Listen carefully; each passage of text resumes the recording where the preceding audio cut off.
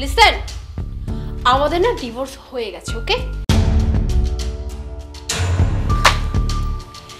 এই নাও divorce paper, জলদি এখানে সাইন করো। কারণ তোমার মতো বেকার হাজবেন্ডের সাথে আমার থাকা সম্ভব না, যাকে কি না আমাকে চালাতে হয়, যার সব খরচ আমাকে বহন করতে হয়। এরকম বেকার হাজবেন্ডের সাথে থাকা মোটেও পসিবল না। তাই জলদি সাইন করো আর আমাকে ডিভোর্স দাও। এই কলম সাইন করো। কি হলো? আমার মুখের দিকে তাকিয়ে কি দেখছো? হ্যাঁ, সাইন করতে বসি, জলদি সাইন করো, fast.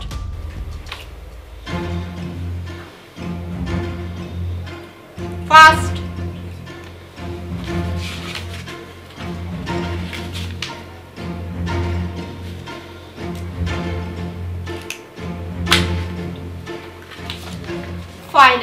Finally I am free এরকম একটা বেকার হাজবেন্ডের থেকে।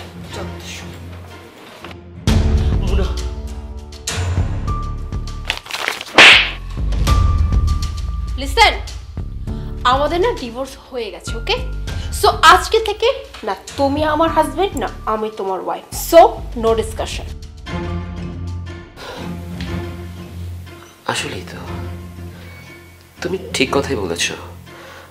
আমার মতো বেকারের সাথে কোনো ডিসকাশন করা যায় না। আমি তো বেকার, আমার কোনো উপার্জন নেই। একটা বেকারের জীবন মানে কি জানো? জড় পদার্থের মতো, মূল্যহীন, ঘরের যে কোনো জায়গায় পড়ে থাকবে।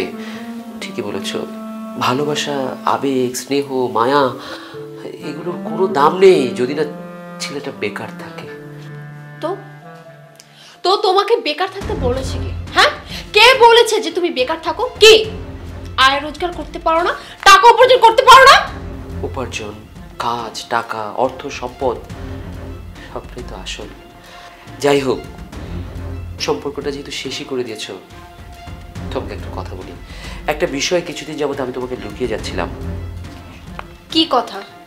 আমার ব্যবসায় কখনো কোনো লস হয়নি। বিগত কিছুদিন যাবত আমি শুধু তোমাকে বলেই গিয়েছি ব্যবসায় লস হচ্ছে, আসলে তা নয়। ব্যবসায় আগের চেয়ে অনেক বেশি লাভ হচ্ছিল, মোর দেন 3 or 4 টার্মস। হোয়াট? তোমার ব্যবসায় কোনো লস হয়নি, বরং তোমার ব্যবসায় প্রফিট হচ্ছিল? হ্যাঁ, পুরো ব্যাপারটা আমি তোমার কাছে গোপন করে গেছি। কেন জানো? কেন? কারণ আমি দেখতে চেয়েছিলাম যে মেয়েটা, যে মানুষটা আমাকে ভালোবাসার কথা বলেছিল, একটা সময় আমাকে সাহস জুগিয়েছিল, একটা সময় বলতো আমি সব সময় তোমার পাশে আছি, কোন সময় যখন আমার অঢেল সম্পদ ছিল তখন। আর আমি জাস্ট এতটুকু দেখতে চেয়েছিলাম সেই মেয়েটা কি আমার যখন নিঃস্ব অবস্থায় থাকবে, আমি যখন বেকার অবস্থায় থাকবো, তখন সে আমার পাশে থাকবে কিনা। কারণ আমি দেখতে চেয়েছিলাম যাকে আমি আমার পুরো জীবনটা দিয়ে ভালোবাসি, সে আদৌ আমার ভালোবাসা পাওয়ার যোগ্য কিনা। তার চেয়ে বড় কথা, তুমি যাকে ভালোবেসে আমাকে ডিভোর্স দিয়েছ, যার সাথে প্ল্যান করে আমাকে এই যে ডিভোর্স পেপারে সাইন করিয়েছো, তার সাথে প্ল্যানটা তো আমি করেছিলাম। আমি জাস্ট তাকে রিকোয়েস্ট করেছিলাম তোমার প্রেমিকের চরিত্র অভিনয় করতে। সে আর কেউ নয়, আমার নতুন ড্রাইভার মিস্টার দীপ। জি স্যার। এই হচ্ছে মিস্টার দীপ, আমাদের নতুন ড্রাইভার। উনি ঠিক কথা বলেছে, আপনাকে জাজ করার জন্যই পুরো প্ল্যানটা ওনারই করা। আর অ্যাকচুয়ালি ওনার ড্রাইভার আমি। ঠিক আছে মিস্টার দীপ, আপনি আসতে পারেন। জি স্যার, থ্যাংক ইউ। বুঝলে তো, এই ছিল তোমার প্রেমিক, আমার ড্রাইভার। সৈকত, আমাকে ক্ষমা করা যায় না? ক্ষমা? ক্ষমার কথা বলছো?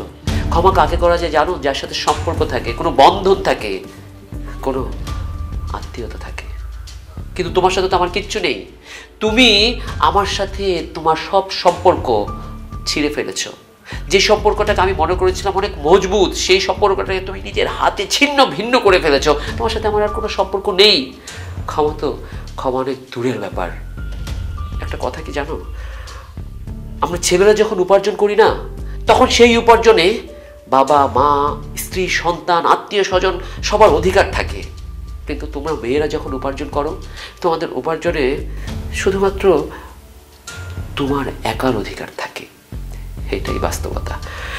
যাই হোক, তোমার সাথে তো আমার আর কোনো সম্পর্ক নেই। আমি বাইরে যাচ্ছি, এই বাড়িতে এসে যেন আর তোমার মুখ আমার দেখতে না হয়।